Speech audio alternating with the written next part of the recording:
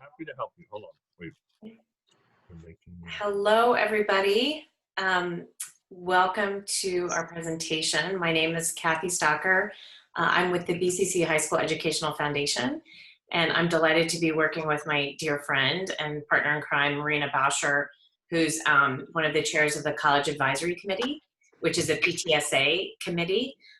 So even though the PTSA is a different organization than the High School Foundation, we are good friends and collaborate on a lot of important initiatives for the school. Could everyone go ahead and mute yourself? Everyone mute, please. Why don't they mute everyone? And we want to let you know that if you have questions as the presentation is going on, please feel free to share them in the chat, and then we'll also hopefully have some time at the end for Q&As. We also want to let everybody know that this is being recorded, and we'll make the recording available in the next few days, but just please be aware that you are being recorded. So I want to start first by, why don't we go to the next slide, Marina? Thank you. We wanted to just provide this opportunity first to introduce College Tracks, which is an incredible resource we have in our community. We wanted to reinforce some of the great information that was provided by counseling to our seniors last week in English classes. We know that sometimes our students hear information and parents don't always hear everything the students are hearing. And as that information is being disseminated into the community, we wanted to provide an opportunity for us all to come together. All of us probably somewhat nervous parents to come together and review some of these important steps in the college admissions process, some important deadlines and to-do lists, and of course, really important resources to help everybody through this process. The College Advisory Committee has amazing events lined up throughout the year, so we want to share information about those. Seniors and families, you're going to get a good to-do list. And for those juniors who may be joining us, welcome juniors. And this is, you get to sit back and relax a little bit, but get a sneak preview of what might be coming your way this spring and next fall. And then of course, we'll have some Q&A time. Marina, do you want to move on to the next slide? Thank you. So it's really my pleasure to introduce Patty from College Tracks, and she's going to talk a bit about this program, how significant it is. Our partnership of College Tracks, in my opinion, is one of the most important things that we fund out of the BCC High School Educational Foundation. And just personally, I'm so proud that this work is happening in our community. And I'm going to let Patty, our first guest star of the evening, talk a bit to all of you about College Tracks. Thanks so much, Kathy. Can you put your thumb up if you can hear me, Kathy, if everything's going well? Perfect. Okay. Hi, everybody. I'm Patty Olszewski. I am the program director for College Tracks at BCC. If some of you have younger children, or if you have certainly seniors, and I know some junior families might be here too, you probably recognize the name College Tracks, but you might not know how long we've been around. So the organization, which is a nonprofit, a community-based organization, was founded at BCC way back in 2003, long time ago, by 3 parents who were working with their juniors, rising seniors on the college application process, and had some friends of their students come over who didn't have parents at home who knew how to help them with this process, which is pretty complex, especially compared to other countries. And so they said, this doesn't seem right. We need to do something about this and help people out who don't have the same sort of support at home. So we are going to start offering some services, and it was originally manned by volunteers. There were some sessions that took place in a community center, and now in 2020, the organization has grown to the extent that we are at 5 different high schools. You can see them here on the slide, and they're in the order in which they were opened. So Paint Branch, our program just started there last fall. We are working all told at the high schools right now with about close to 800 seniors across the county are being served by College Tracks. The other arm of the operation that you don't really see much of unless you're at the school during the school day in the springtime is that we have a group of college success coaches who work individually with students to prepare them over the summer before they actually go in and are going to their college campuses. So they do a lot of work with them in the summer to get them ready to go. And then they stick with those students one-on-one all the way through until they have attained their four-year degrees. So for some of our students, it takes 4 years. For some of them, it takes 6, but we don't give up on them because we know how important it is for their futures and for their families if they actually earn their degree, possibly even go on to graduate school. So those are my colleagues. There are about 15 people in that side of the organization, and we have an office that's in downtown Silver Spring where nobody is going right now, but we are all working from home diligently and trying to help students through this particular season, which is unlike no other, just like everything else in our lives. But I will say for the students who joined that success program and intended to go to a 4-year college, even to MC this fall, they did enroll, they are attending. It's really difficult, but things are progressing, so we're really happy about that. So to speak about the services that we offer for the BCC students, you can see the list there. These are the main things that we do. Sí, está diciendo que We help students develop their college lists. We are in that process right now. Some of the students that we work with have lists of 20 and 25. We're trying to cut those down a little bit to make it manageable for them. We help them to finalize their list so they know by the end of that process that they have sent their applications to all the schools that they intended to.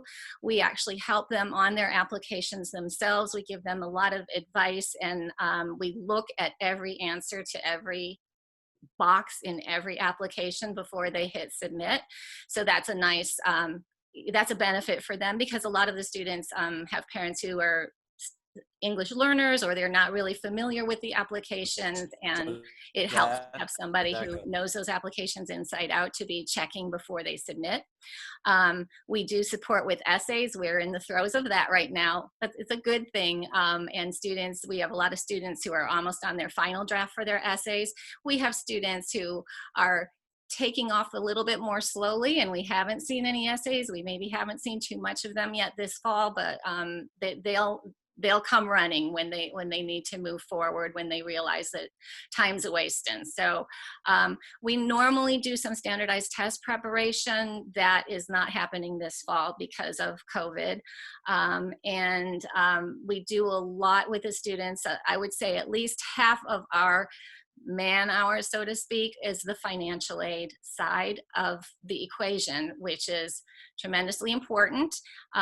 We help students with FAFSAs, with CSS profiles, with applications for aid from the state of Maryland. That's a whole other application process, and with scholarships and essays for scholarships. Then when everything comes in and they get all their answers by the end of March in the springtime, we look at all their financial aid award letters, and we have a system where we have spreadsheets that we compare all the costs and get to the bottom line when we look at how much aid was afforded to them by the colleges, or how much, if they're getting grants from the government at all, put that all together so they have bottom lines and they can compare what it's going to cost to go to all the different colleges that accepted them. So that's the breadth really of what we do. And we have a lot of fun while we're doing it. Okay, next slide, please. Okay, so I just have some information in here because, of course, like everybody else, we had to shift the way that we do things because of school closure. So we used to at school, and hopefully when we all get back there, we meet with students normally at lunchtime after school. We do a lot of group workshops. So students are coming in like a dozen students up to maybe 18 or 20 students at a time after school, working pretty much on the same tasks. And we are there in conjunction with our volunteers who come in to work with them in person. Now, of course, that's not happening. So we established our Google Classroom, and all the information that we would normally share in person, we've put into assignments in Google Classroom. And we did workshops over the summertime, 3 sets of workshops for 1-week sessions where students were coming in for 1 week at a time to go through the initial steps for the college process. So all of that information is available to the students. If they join the program, we share the Google Classroom code with them. And we know that the teachers really moved away from Google Classroom into Canvas, but that wasn't something that a nonprofit really had bandwidth to do over the summer, to switch a second time within 4 months. So we stayed where we are, and it's working well. The students know where to go. They're familiar with it. They know how to turn their things in. So that's really where we're seeing their essays, their resumes, and things like that. We have them as classroom assignments that they're turning in. We're also offering workshops to them virtually after school, and we meet with them as well. We have office hours when it's student lunchtime, when we just have a Zoom open so they can drop in, and students are just asking quick questions. We don't want to tie them up at lunchtime for 20 or 30 minutes because they need a break. Everybody needs a Zoom break, but they are popping in to say, how do I do this? Or how do I do that? And we're helping them during our office hours. Then we have an appointment calendar that we use so they can meet with us after school for up to 20 minutes. FAFSA is opening soon, so we will have FAFSA appointment slots in October and going all.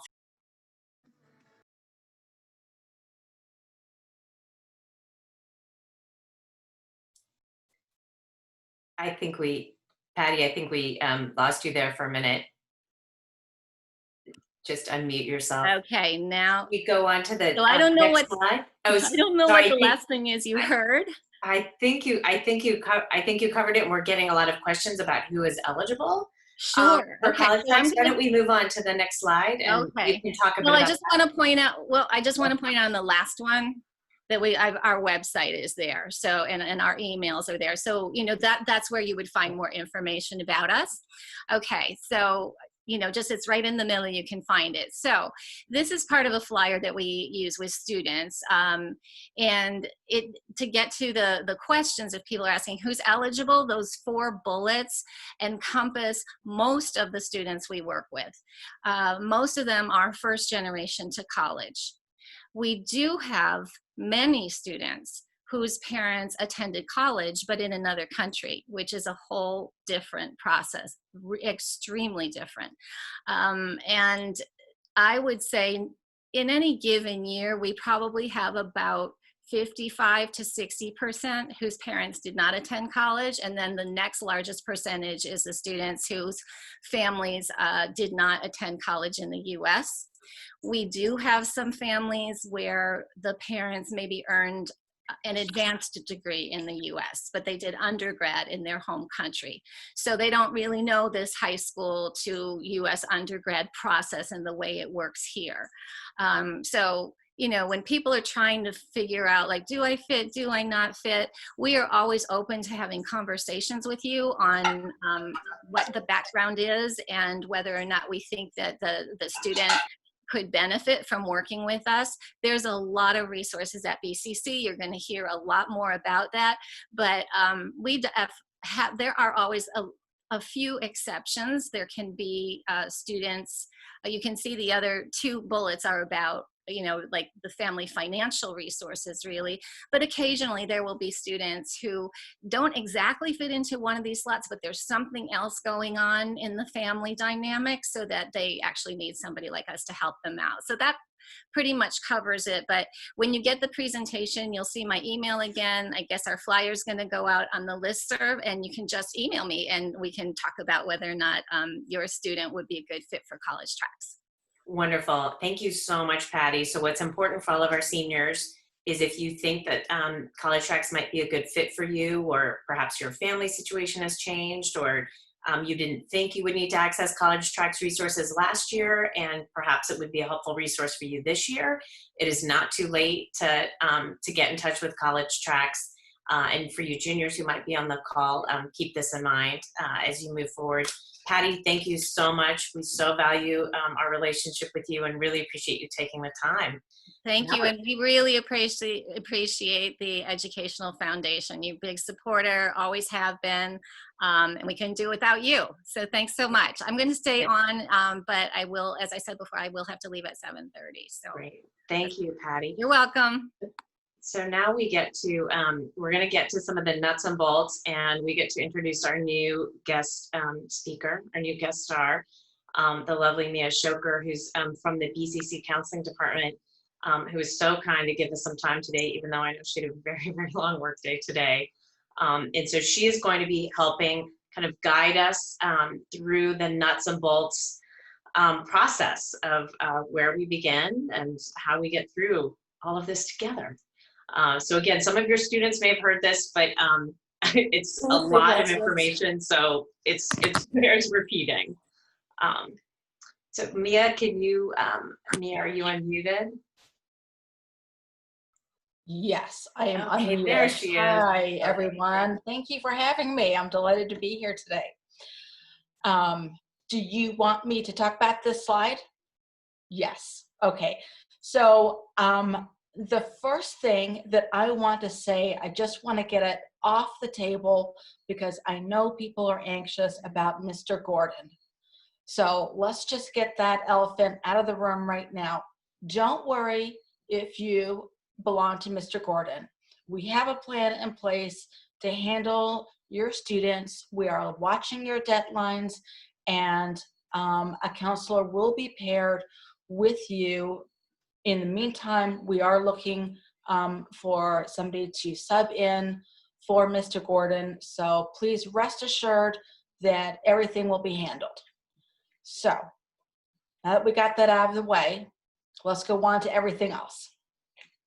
What do you do? My gosh, what happens next? The first thing that's going to happen is, parents, you have to know that your job in this situation is to write the checks. Your child's job is to take care of their application because they are the ones going to college and they need to be able to handle this step before they actually get there. So we have several things that has to happen. Number one, your child needs to start their Common App if they haven't already. Their Common application is going to be either the Common App or the Coalition. That's how they're applying to whichever schools they're interested in. At this point, they are going to have to also match their Common App with Naviance, because that is how transcripts leave the building. They go electronically, but those two computer programs have to be joined. And in order to do that, they have to sort of match them. And if you refer to the giant presentation, there is a slide in there that shows a student how to do it. The other thing that we ask students to do is their BCC self-reflection. This is an important document that helps us understand the nuances about your child. Today, I learned one of my seniors is a Eagle Scout. Did not know that until today. Important information. So things like that, we might not know. I think earlier we've already mentioned, okay, everyone's having trouble logging into, oh, okay, I don't know where I am. Let's see. We could, if you want, Mia, we kind of wanted to give everyone just sort of sense of all the pieces of the puzzle here. And so why don't we, since everyone had their eyeballs on kind of all the different steps, why don't we move on and sort of dive into, most people know what Naviance is, but that may be a good place to just remind everybody what's going to happen through Naviance, right? So a lot of people get really concerned that my demographic portion of the application is going, and then the transcripts, and how does it all join together at the college? And each college will make an electronic file for your child. So it's okay that pieces go a little bit at a time. One of the things that we ask your child to do is to log on to Naviance and request their transcript. Okay, so they're going to put colleges into colleges that I'm applying to. They're going to do a transcript request, and they're also at that time will have a chance to do the letter of recommendation request to teachers. Teachers will write about how they perform in the classroom, what they bring to a Socratic seminar. They might talk about how they problem solve. Your counselor will write about, are they an Eagle Scout? How do they, what's their life about? So there are two different aspects of that child to give them a well-rounded picture of who your student is. We ask that students ask teachers via email for their recommendation before just sending the electronic request, just as a best practice. Juniors, if you're here, you can start looking through Naviance and building your college list, looking for schools that might be appropriate for you. So it's never too early, unless you're in first grade, to start with your college list. Okay? Scattergrams. People ask me, somebody asked me today, can you give me a list of, will they be able to get into this college? And nobody in the world wants to answer that. The best answer in the world is the scattergram. The scattergram will show where your child is based on other students that have been accepted to that institution from BCC. Worried about SAT scores not being in there, you can sort on PSATs, but it gives you a good thumbnail. Is this the right school for your student? So definitely make friends with the scattergram. It's your best friend. And Ms. Sugar, that's probably a good way to make sure you have a balanced list too, right? As you're finalizing your list. So some of our seniors may be deciding like, okay, what is my final list of colleges I'm going to apply to? And would you recommend that they use the scattergrams to help them make sure that they have a balanced list? Absolutely. And I think that students should have like a reach school, a couple of, dream schools, a couple of safety schools, and then a backup plan, because you never know what's going to happen in life. More seniors this year are really applying to a lot more schools than normal because the fact that we can't visit anywhere. And so that's okay. I usually say, 6 to 8 schools is a good number without being overwhelming. But I know that this year it's going to be a higher number. It's just where we are right now. Moving on. Miss Shoka, before we move on, I just wanted to, because I know I had, this is Marina, I know I've had parents ask, well, how can you tell what's a safety? Those scattergrams look so pretty with the green, purple and red, but for anybody who hasn't yet been on there, just like what those things mean and what would show what a safety might look like versus a target or a reach. Right. That's a great question. Thank you for helping me to clarify that. So on the scattergram, you have that handy dandy box and those little lines where they converge, and where they're converging is what the average is between SAT, ACT, and or the grade. Okay. So it's right there in the middle where those two lines converge. All of the green boxes are other students that have gotten into the school. And then you'll be able to see where your student is on the plan.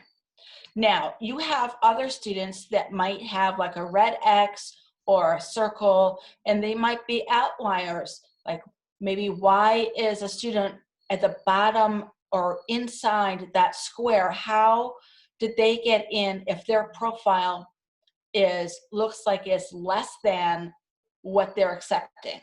And the answer to that could be varied.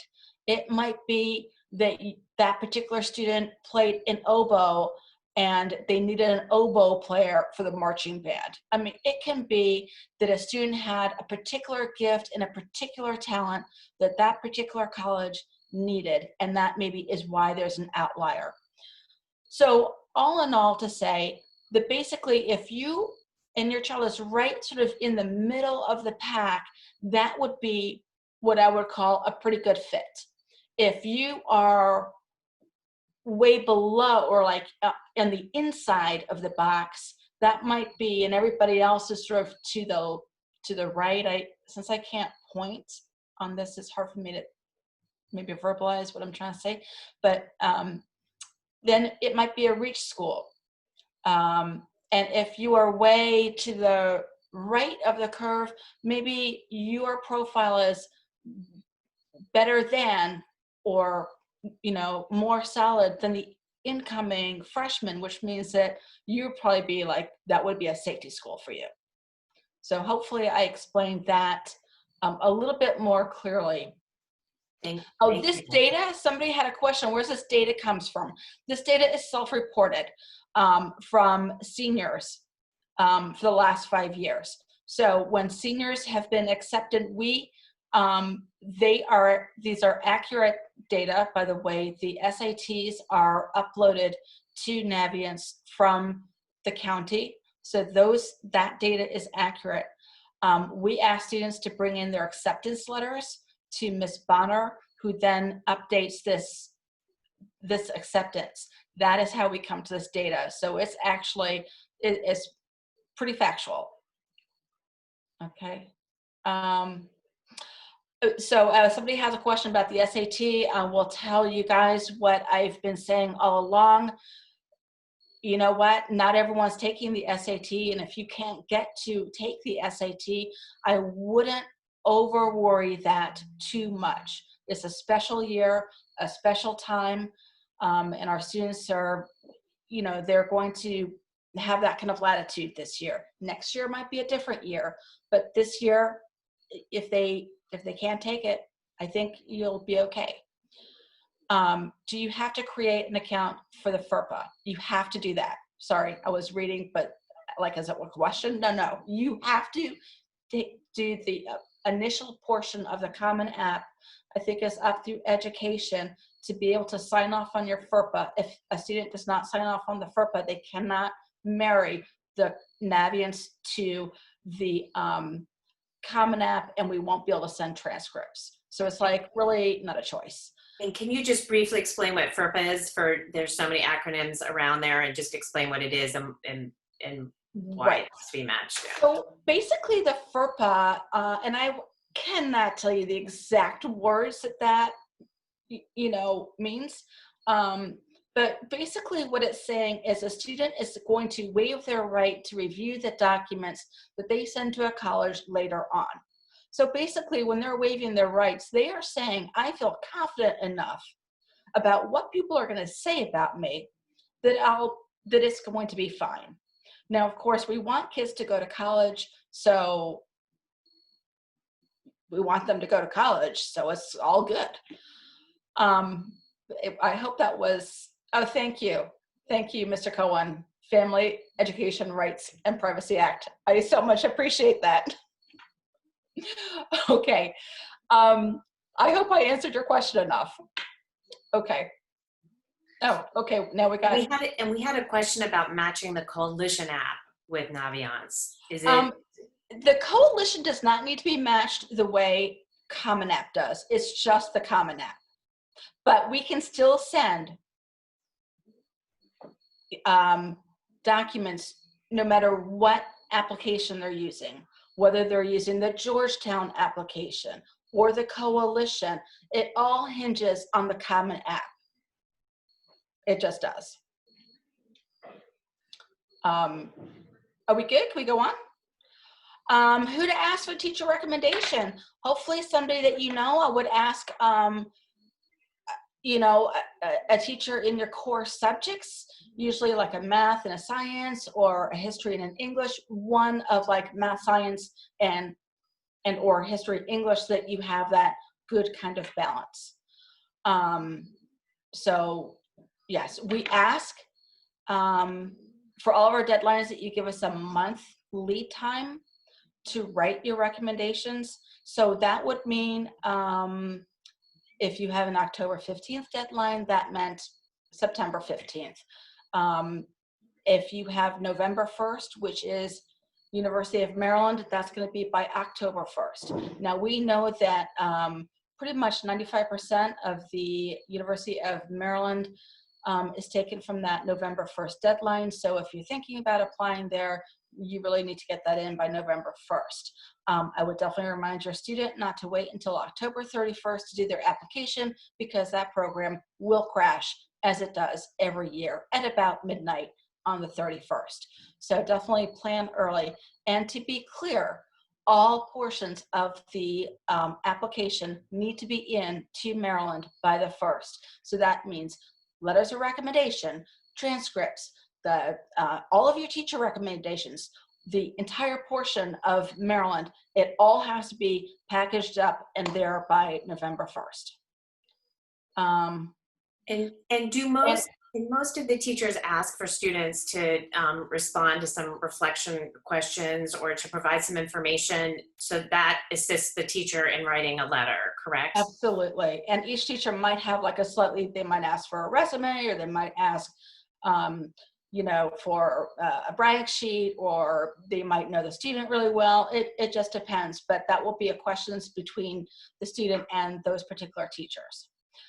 We had another question, sorry, about and I was just going to interject real quick with, I think, Marina, this was your advice, was that a student should spend about as much time on the reflection and the preparation as you would want the teacher to spend on the recommendation, because the teachers, of course, are doing this, in addition to their enormous workloads. And so the richer the description or reflection or resume that the student can provide, the more powerful, right, the letter can be from the teacher. So that's really important, I think, to help our teachers. It is hugely important. It is so important.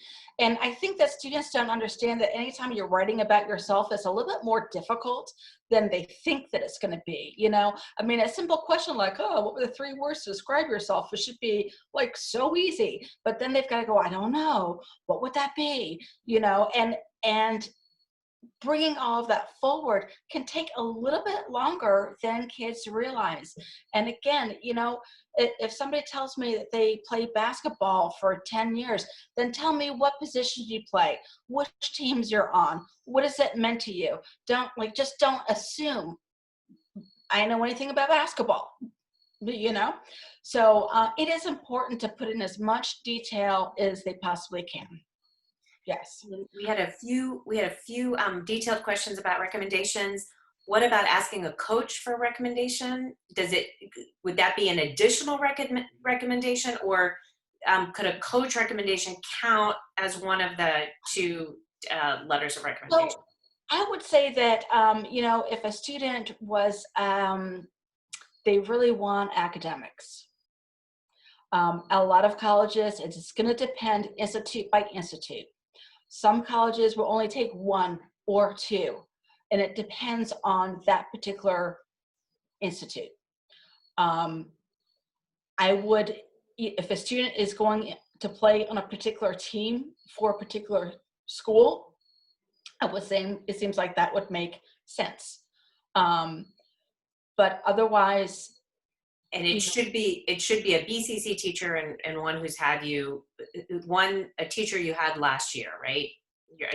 Last year, or maybe you have a teacher from the year before that you had a very strong bond with. I know that some teachers have left the building. You should ask your counselor if they're still writing for students. Those are individual questions, but typically, they're in the building. And so if someone is transferred in, because we always are so happy to welcome new families every year. So if someone is transferred in, they can ask a teacher from their prior school, and you can still handle those letters through the BCC process. Absolutely. Great. Yeah, absolutely. Good. Any other questions, or is it time to move on to the next slide? Or I think we can move on, and we'll capture if there are any questions at the end that we didn't capture. We can, of course, go back to some of these. Okay. So self-reflection, details. That's what we need.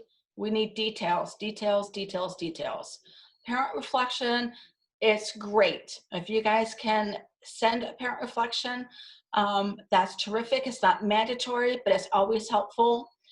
And what should you include in the, you know, details. I think the little details that we might not necessarily know. You know, if you're a Boy Scout, make sure we know that. If you play on a team, those are things that are going to kind of get us a good overall picture of who your child is. Would you say, you know, for parents who want to do a good job on this reflection and really help the counselors who, again, have so many of these letters to write, you're probably looking for more than what you already know from transcripts and grades and the teacher recommendations? Are you perhaps looking for anecdotes that speak to a student's character, or, you know, what their personality is, or, you know, the things that really motivate them or inspire them? Are you looking for kind of those more, I don't know, soft things, for lack of a better word, that's not about numbers and grades? Yeah, we, you know, in our recommendation, we stay away from numbers and grades. We don't, the college can see that. Like, we don't need to tell them a second time. The things that I love that I have gotten over the years, here are some of the key things that I've loved when I've gotten a self-reflection. One, I had actually this year, this student told me that her parents insisted that she drives a stick, and she loves driving a stick. Now, for all of the people that are right now thinking our kid is trying to get into Harvard and you're talking about a stick shift, like, don't panic. It just gives us a little nuance about who they are, what kind of environment they grew up in, and how that was meaningful. To me, I loved that, because it was like, oh, here's something different about this student that I can like just grab onto and make like a great opening sentence, or just something that's going to get the reader's attention. I've had students tell me that they love orange, and so they walk their dog at dusk so they can see the sky. I love that detail. That tells me who they are. And that's the kind of stuff that we want. I mean, everybody plays MSI soccer. Please don't kill us with that detail. Give us the good stuff. Okay. That's so useful. Thank you. So I think I saw earlier there was a question about like, if a student's not on Common App or Coalition, then what? Then we still can send documents through Naviance. So it will go through Naviance no matter what. Unless it's like overseas, then it might go by snail mail. But it's all through Naviance. So rest assured it will happen through Naviance. Great. What else? Yay, it's a free year this year. There's no fee for your transcript. Woohoo. I think we'll, I know, so one question came up about transcripts, and I know I had the same question. So especially for kids who are applying early, they're wondering, okay, what does the school actually see? What is our wonderful Ms. Bonner in the registrar's office, what is she actually uploading? Do you want to speak a bit to that? So my understanding is it'll just be the grades through the end of junior year is what the initial kind of upload is. Is that correct? Yes, kind of. So there, Ms. Bonner is going to upload the transcript. The transcript is going to have all of the courses and the senior classes for right now. So right now, college, when they get your transcript, they're going to see what classes you're in, which is why we're always saying you can't drop your classes mid-year through the school year, because that's super cheesy. If you put in your application and you're taking like 5 APs, and then you go in your mid-year report and you've got 1 AP and 4 PE classes, like, you just can't do that. So they know what classes you are enrolled in, and you have to maintain the rigor. The other documents that we will upload to Naviance are going to be the recommendation, and then we have normalizing documents that we complete through the Common App. There's one for the Common App, and there's also a form for the NACAC. And basically, that form just normalizes that student and that transcript against the rest of the country. So there are going to be questions like, you know, the level of rigor in the students, you know, is it the most demanding or the least demanding? Those types of things that the colleges get an idea of, you know, of what the school is like. And we send the BCC profile, which indicates all of the classes available, how many students are in the class, what types of scores our students getting. And if you're interested in that document, it is on the BCC homepage. On the right-hand side is called Profile 2021 or 2020. And then we had a question, if someone took courses over the summer, are those It's on- grades included in what gets sent out now? Yes. That is definitely on. How will your student know if your documents have been sent out? Your student can check and, you know, check with your counselor and find out. There's not going to be an automated response that says it's been mailed out. You can also check with, don't think it'll show up on Common App, but you can check with each college to see where in your portal, if all of your documents are submitted on time. It is important for the students do check those portals, because if there's, I don't want anyone to freak out when I say this, so everyone stay calm, but if there was a glitch and a transcript didn't get re-uploaded, the college has to download it. If something happens between the up and download and they don't get it, then they're not going to call us up and say, hey, Mia, can you get that transcript to me? The college won't do that, but they will tell your student. They will email your student, and they'll let the student know. And then the student's got to say, hey, Ms. Shoker, can you help me? And then we'll fix it. Okay? So all of this sounds scary and terrifying, but you know what? It might be your first time doing it, but it's not our first time. It's going to be okay. I promise you, it will be okay. 1 month, and I want to say, like, you know, this 1 month in advance is important for your first transcript, because let me tell you something, every single kid in the world is going to apply to Maryland, or at least at BCC, not maybe the world. That might have been Not true either.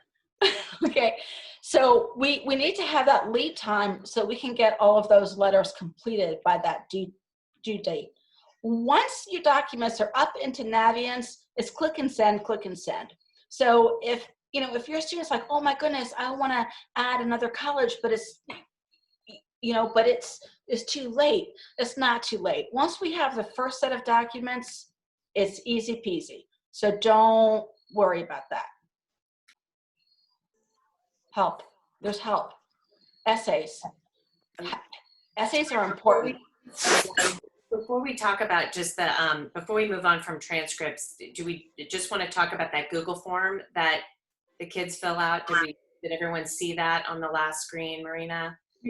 And then we also just wanted to reassure folks that if you're just listening to this information and this is the first time you're hearing about transcripts, and you have transcripts, and you are applying somewhere, for example, that has an October 15th deadline, don't, you know, the school will obviously work with you. So don't feel like you can't now apply to the school that you thought you were going to apply to on October 15th. Our registrar is amazing. And of course they're not, you know, they're not going to say, oh, sorry, you can't apply to that school, but you just need to get this done very quickly. Right. And email a counselor, give them a heads up, you know, and a box of chocolate. Okay. Now on to the essays. The essays. So this is important. You know, your student has to write an essay, and sometimes they're stumped on what to do. They can get help. There's different help available. There's a lot of times there's help over the summer. I'm sure English teachers will help you now. I think the most important thing about a essay is having that unique aspect of it, of what makes that particular idea important to that particular student. You know, it's a personal document. And, you know, colleges want to know why you think something and how you think something, not what you think about something. I hope that made sense. Okay. So it's how you shift that paradigm that might, that's making it interesting. I'm sorry, I'm reading this questions to see if I missed anything. Okay, so there's a question about early decision. Do they get first quarter grades? Sometimes if a college, if they want a first quarter grade, they will email the counselor and say, send me first quarter grades, and then we will. But it doesn't happen unless they ask for them. How many, you can do as many early action as you want. Early action is not binding. Early decision is binding. So if you've applied early decision and you get in, guess what? You're going. So you are buying a dress that is not on sale, people. So, you know, if you're thinking maybe I'll just think that one over and see if it, you know, fits better in a little bit of time, if you're getting it, and there's a no return policy. Let's see, any other questions? No? I think there was one about, do you have to finish your college list on the Common App first and then request a transcript, or can you do it before you finish the list? You can do it before you finish. All you have to do is sign your FERPA, marry them up, and request whatever you want. And then you can go back and do the rest later. So FERPA request, that's all you need to know. And it will be that easy. Other questions? There was one that's not related to the college, you know, admissions. It's more about once you get in. There's a question about whether colleges let you defer, whether all colleges let you defer.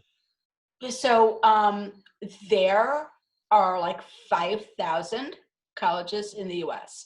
So I would want to stay away from the word all. But most, yes, they will let you defer.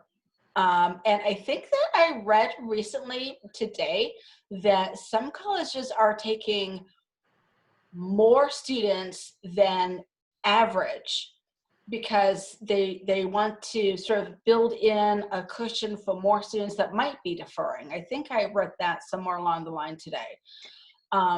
Yes, that came from a really good source. I'll just fill in the blanks. It was from Professor Joseph Soares from Wake Forest, who shared an incredible document with our community. And it looks like even though there are people, you know, who deferred this year, they're still, I don't want to say colleges are hedging their bets, but it sounds like they just want to let in more people to ensure they have a full class or even over full class. And for me, at least personally, with a senior, that was a relief. Right. Marina, while we have you, do you want to mention any of the CAC sponsored, like the particulars around some of the essay assistance that you've all set up before we move on to some of the next slides? Sure. Yeah, I'm happy to speak to that. So we had, you know, some help available over the summer, but now, you know, if your student is now kind of being like, oh, I guess I should think about writing an essay.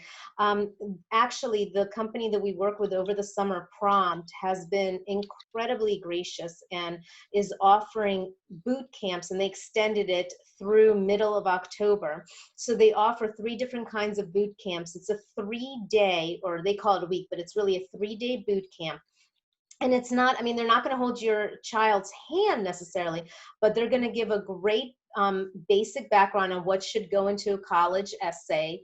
And then the next day, that'll be an hour on a Monday. And then on a Wednesday, they'll spend an hour kind of really fleshing out ideas and whatnot about college essays. And then in the final day on Friday for an hour, they're going to, you know, help you basically either build an outline or start working on a draft.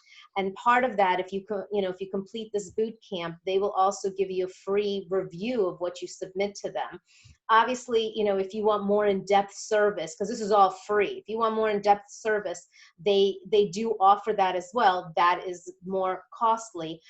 They do have scholarships though, so if there's, you know, if you're not part of college tracks, or you can't be part of college tracks, they, you know, you shouldn't shy away from calling them and explaining your situation, and seeing what they can do for you. And they have 3 different kinds of boot camps. So they have one for the main essay, the, you know, Common Coalition app essays, that big one, the 500 or 700 word, I don't even know how much. And then they have one that specifically talks to supplemental essays. And then they have a specific boot camp that talks to UC essays, because the University of California schools have their own, you know, essays that, you know, qualify for, you know, that can be sent to all of them. And you can sign up for 1, 2, or all 3 of those boot camps. And they're all free, and I highly recommend, especially if you've got a student who's just like, I don't even know where to begin, because it is overwhelming. I think, especially if you're applying to a few schools and all of a sudden, like, I have to write 12 essays. Oh my God, you know, but they really break it down for you, and they really help you flush out ideas. So I highly recommend them. And of course, you know, I do think the English teachers as well, like, they're kind of working with students, you know, either in class or even on the side. So. Great. And Maureen, I know you've sent out that information about prompts, but if someone is just hearing about it for the first time, they can go to the website, or what would be the quickest way to get that information? You know what, just send me an email. That would be the quickest way, or go on the PTSA website, and you'll see on the left-hand side of the main PTSA website, you'll see the College Advisory Committee and how to get a hold of us. There's a CAC email. It's, and I'll put it in the chat so we have that. So just email me there, and I'll send you, you know, I'll send you a link via that. We don't put their registration stuff on our site because it is BCC specific. So we put it on the listserv because the listserv, you know, kind of categorizes who can be on it, and it's BCC students. And by the way, I'm not by any means marketing them. But if you are interested in terms of getting more help from them, their services in terms of comparing it with some other ones are actually, from what I've heard from, you know, other parents who've gone with other services, they're actually pretty affordable. They're giving a discount rate for BCC students. I think it's like $60 for one review of, for one essay credit, which would cover one review of a main essay, which is excellent. So anyway, I will put the email address for CAC in the chat below, and anybody who has any questions further on that can answer. You know, I'm happy to answer those. Thank you, Maria. So I think the next thing we just wanted to touch on, I know people have a few questions about testing, which of course was really difficult for many of our Women's rights students. and women's rights, the right to choose. Roe v. Wade could be undone.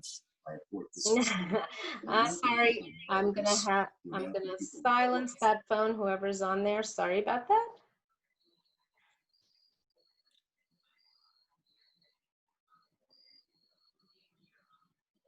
All right. So I think we're on the did I silence the wrong phone? So for people who are worried that they didn't get to take the SAT or ACT, Ms. Shoker, do you want to speak to that? yes, I would like to tell everybody to stop worrying. It's going to be okay. Remember that colleges want your student to go to their college, whether or not they had a chance to take the SAT. So it's going to be okay. Now, for some reason, a lot of parents have asked me this year, what if I've taken an SAT, but I don't send my scores? Will colleges know that I've taken the SAT and I'm hiding my scores? I'd like to tell everyone that there is not a deep state cover-up for SATs. There's just not. So if you have not taken an SAT, I really wouldn't over worry and overthink and over stress about this. If you have an opportunity to take one, super, go for it.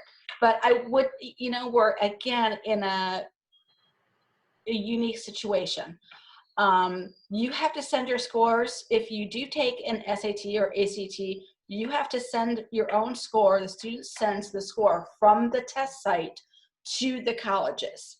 We do not send them. They have to go directly from the test site. So your kid's got to log on to College Board or ACT and request them and send them. Subject tests are not required. They're only required by certain schools, Princeton, a couple of other schools. So you'll have to check with the particular institute that you are applying to. Again, please don't panic. So I can't say it enough. So the next group of numbers that we all worry about that sometimes does panic us is, right, how do we pay for this? So the next slide speaks a bit to the FAFSA and how, what does financial aid look like? So of course we've got to figure out how to get the kids in, and then what do we do? Right. How are you going to pay for it? I've heard that a kidney is going for like a lot on the black market right now. We'll joke. So FAFSA does open up October 1st. I suggest that if you are FAFSA eligible, you start doing that process now or on the 1st. You can do it using your 2019 tax returns. There's going to be a spot where it says you're planning to file, and then it will like auto-populate from the IRS. So that's there. You just have to go to FAFSA. I think the site is FAFSA.gov or fedloan.gov. If you type in FAFSA, it will pop up, I promise you. Also look for the scholarships, and then there's going to be scholarships on Naviance that are going to be populated, and also each school is going to have their own scholarships particular to the school that you're going to. And then there's going to be like, when you'll start working once you've made a decision, and if you do not receive federal financial aid, should you still complete it?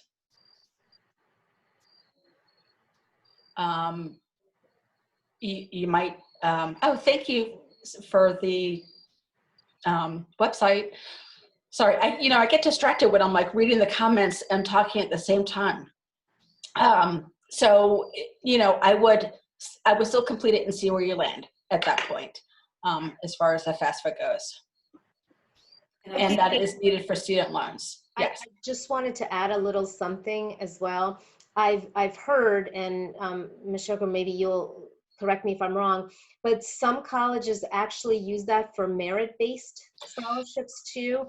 And I know the other profile is more actually, what's it called? The CSS profile. It also goes to that, but I did hear that if you're hoping to get any merit-based scholarships, you should also fill out the FAFSA. And I think that is true. And on that FAFSA, there's going to be a portion for the student to fill out and the parent. Or as a parent, you're filling out both portions, which is what I've done for the last 8 years.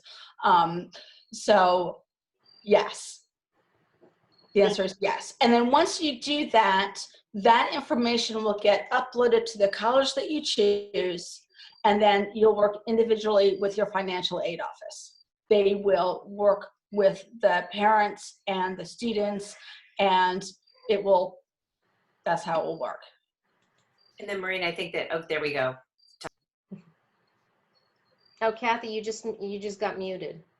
Sorry, I was just saying, I knew the next slide up was about scholarships. Scholarships. Yeah, so there is a scholarship, website like already up on the CCC, the College and Career website, not the College Advisory, PTSA website, but on the College and Career Center website, which, by the way, I recommend people go to often because there's just so much useful information. A lot of these, how do you do this? How does Naviance, how do you link things? There are a ton of links to videos that help walk you through things much better than can be described as we're sitting, as we're all sitting here watching a presentation. It really there's a lot of like step-by-step processes in the video. So I highly recommend people go on the site and check it out. And then Ms. Shoker, over time, scholarship opportunities get updated, right, through this site. So if someone has a specific, they may qualify for a very specific kind of scholarship, and that information is available at this site. Am I correct about that? Yes, absolutely. There are going to be a number of different types of scholarships, and they might be specific. There might be, like, I know that there's one that's specific to nursing. There might be one specific to other, fields or majors, and, specifically to different colleges. So check often, check daily. It does take a little bit of time sometimes to fill out those scholarship paperwork, but it's definitely worth it. This whole webpage has been updated this year, and it is amazing. I mean, it is so inclusive. And it's just right, and you can get to it right from the BCC homepage, right? Yes. Yeah. There's a question about PSAT. I have no earthly idea. No one has mentioned anything about it. I could not even hazard a guess. So I can add to that only in the fact that, like, it's not that, nobody knows. It's MCPS has not decided. And that's a huge thing. They're, even for their October 3rd test, some of them they're still not sure which centers are going to be open, if any, at MCPS. And I had a conversation with another parent who was trying to figure out whether they they were registered for one school at MCPS, but they were wondering if they should unregister there and register somewhere else, and there really is no answer even by people who are more in the know, because it's being decided at a different level, at like the Health and Human Services level, with MCPS, like higher up leadership. So right now we just don't know. But there's a lot of nervousness about the ACT and the SAT this year, especially. I really recommend going and checking out the two presentations we've already had. Like if you didn't get a chance to sit in on the one on August 24th, where applying to colleges in time of COVID, or the one we just had, I think it was last week, with Prep Matters and Capital Educators and Mr. Levine talking about SATs and ACTs. This really is the year not to worry about the exam. It really is.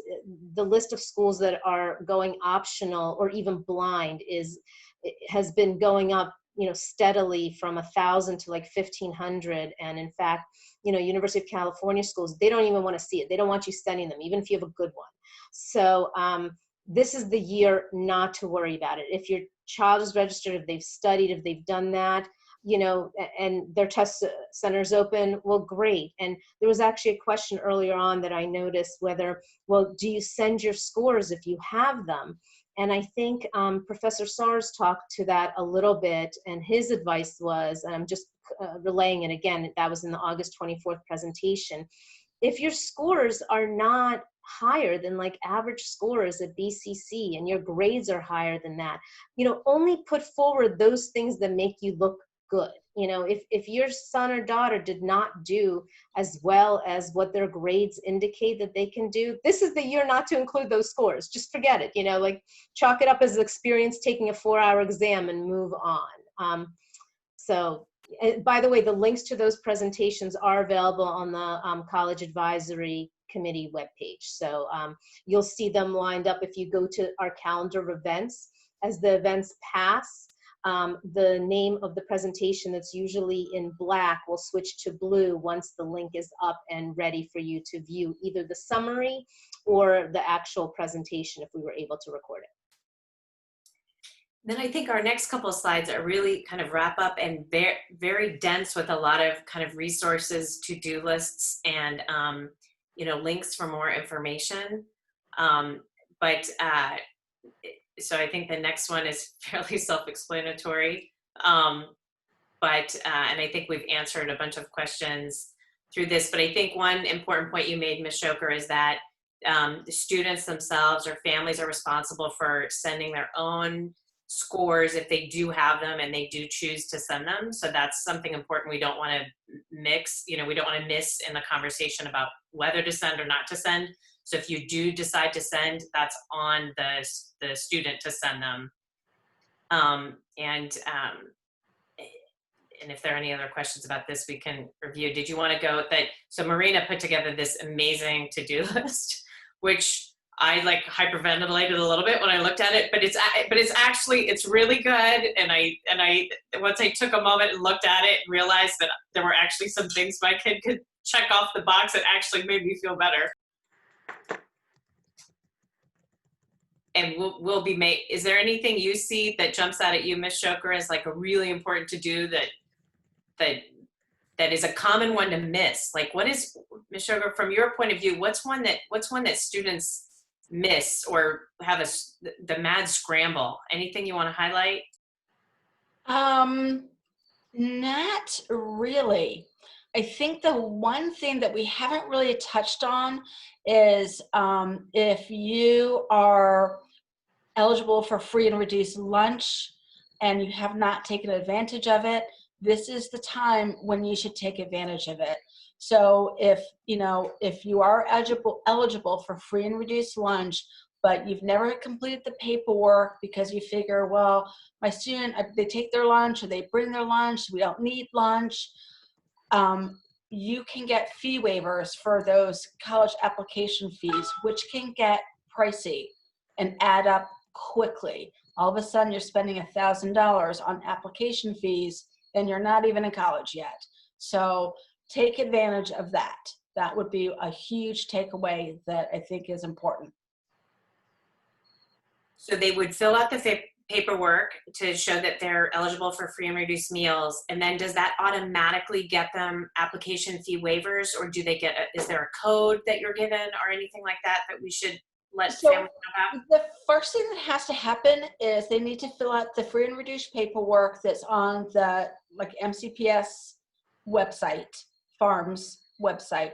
And then once that's completed and accepted, it goes through, I think, food services, but then the school will be notified that they're eligible, and then we can, in counseling, issue the waivers. So Wonderful. They contact their counselor. That's so helpful.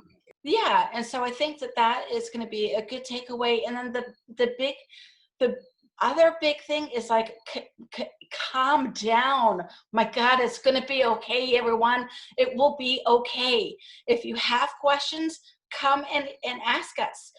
Email your counselor, give us a call. We're going to be here. We're going to answer your questions. And then in the end, it'll be fabulous and you're going to go to college. So just to wrap up, because I know our students who had Mr. Gordon as a counselor really appreciate you addressing that right at the beginning of the presentation. And so for anyone who came in a little bit late, but also for anyone who heard your comforting words about that, Ms. Shoker, should the students take the initiative and contact a particular counselor if Mr. Gordon was their counselor previously, or have they been already assigned and they just haven't heard from the counselor who's now in charge of them?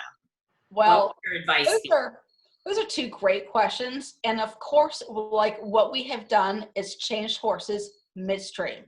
So initially what happened is if a parent or a student had a request, they were emailing Ms. Perez, our assistant, and then she would farm out in a rotation to counselors to reach out and help that family.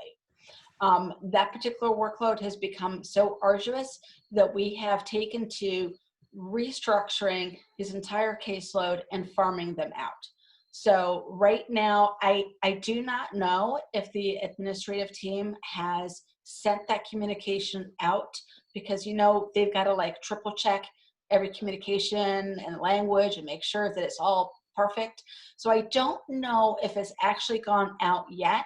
If it hasn't, it will go out. And if you have a question, just email Ms. Perez and she will get you to the right person.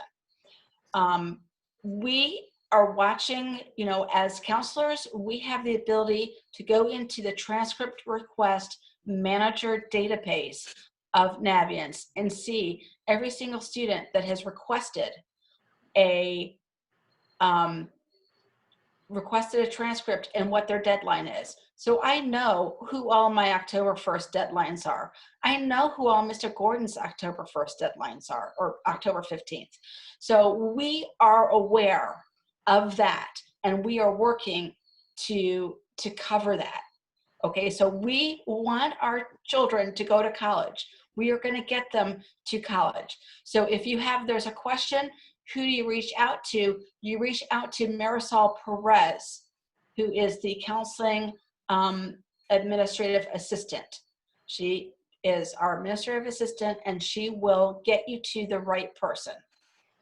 I also wanted to echo in terms of how counseling has been spreading this out. Ms. Reveron just sent out the entire list of information, and it went out on the listserv as well. But your students should have gotten it, and if you're linked to your student's account on Naviance, you would have gotten it. It is a list of basically office hours that each of the counselors is going to have in the next month and a half. There's 2 per counselor with, you know, Zoom link meetings specifically to that. If you have these specific questions, these are the things you go to the counselor. And for Mr. Gordon's students, she specifically said they are welcome to attend her office hours. That got sent out today, yesterday or today, I don't recall, days are blending. That went out on the listserv. So, and again, if you don't have a copy of that, or if you missed it on the listserv, email the CAC email address that I provided in the chat, and I will get it to you. So there's going to be plenty of opportunities. We also have a counselor coming to the Friday senior coffee. So if your question wasn't answered through this, or, you know, through your emails or whatnot, there'll be somebody on hand to answer that as well. And we were in a meeting earlier, just to echo what everyone has said about Mr. Gordon's caseload, that they had a really good handle on how many students prior students of Mr. Gordon are applying early. But I guess that's predicated on people having the right dates in Naviance, right, Ms. Shoker? So probably the best thing that Mr. Gordon's former students could do would be make sure that if they are applying early somewhere, that they've indicated that in Naviance, and that they've requested a transcript to show that they are applying early, because then you all know as a department to you know, prioritize that in terms of the list, right? That's exactly right. So when they request a transcript, it's like a pull down menu, and then it's like a pull down menu for like early, action, regular, whatever it is. So just the student has to be careful in their selection so that we have that on time. But again, we are going to handle it. We've never missed a deadline yet. Knock on wood somewhere. And Miss Bonner is one of those unsung heroes behind the scenes, because can you imagine being registrar, right, with the number of seniors we have and the number of schools people are applying to? She's amazing. We're so lucky to have all of you. But people, she keeps us we all get to see our counselors, but a lot of people don't get to see her. Yeah, she's terrific. Any other last questions? Anything else? I really need to give a shout out to Marina, Kristen O'Brien, and Kathy Hill, the co-chairs of the College Advisory Committee. They're just amazing, and you know, the kind of resources they provide and the kind of support they supply to all of our students and families is just amazing. So look at all of these wonderful goodies they've planned. Well, I'm going to jump in real quick because there was some questions about registration for the mock ACT and SAT. So first of all, thank you for your kind words. But honestly, you know, what we do is just support the great work of counseling in the College and Career Center. And we echo what they do on a daily basis with just more of these big, you know, big events, like organized events. Rather, they do it day in and day out. I did want to point out real quick, we are still going to have the mock SATs and the mock ACTs for students. They're going to be open for juniors and sophomores. We do, you know, it's not like we're recommending them for sophomores, but I know some sophomores are more eager to kind of jump on the ball with that. That's fine. Registration is going to happen, but it's because it's being run by Prep Matters and Capital Educators like it always has been there, and it's going to be virtual. We're not going to be in the school setting. They're going to do the registration. They're going to handle the registration. As soon as details come out, we'll let you know. It's not like it has been in past years where, oh my gosh, you need to get this stuff into us like ASAP. You know, as soon as school starts, it's a little bit, everything's been pushed back a little bit. So we're going to be working on that as soon as the FAFSA, as soon as finance night is over. And just want to mention the finance night. There's going to be 2 separate events happening on October 7th. There's going to be one that's specifically geared to seniors with Beverly Coleman from Montgomery College. And she's going to talk specifically mostly to FAFSA and probably talk a little bit about the CSS profile. And then there's going to be another presentation by Robert Maddox from University of Maryland, St. Mary's College. And he's going to be talking to, mostly it's going to be freshmen, you know, sophomores and junior families. And that's just in the general picture of financing college. So not so much the nitty gritty of FAFSA. And there'll be 2 different events, and we'll send out links as we, you know, as we near it a little bit more. And if you look, everything else that we've done in years past, we're still going to do this year is just all going to be virtual. And we've added one thing. We've gotten good feedback from, you know, from our August 24th information session with our, you know, experts, you know, from the industry of college admissions, basically saying, you know, let us answer your questions. So we'll do something similar in May going into the summer.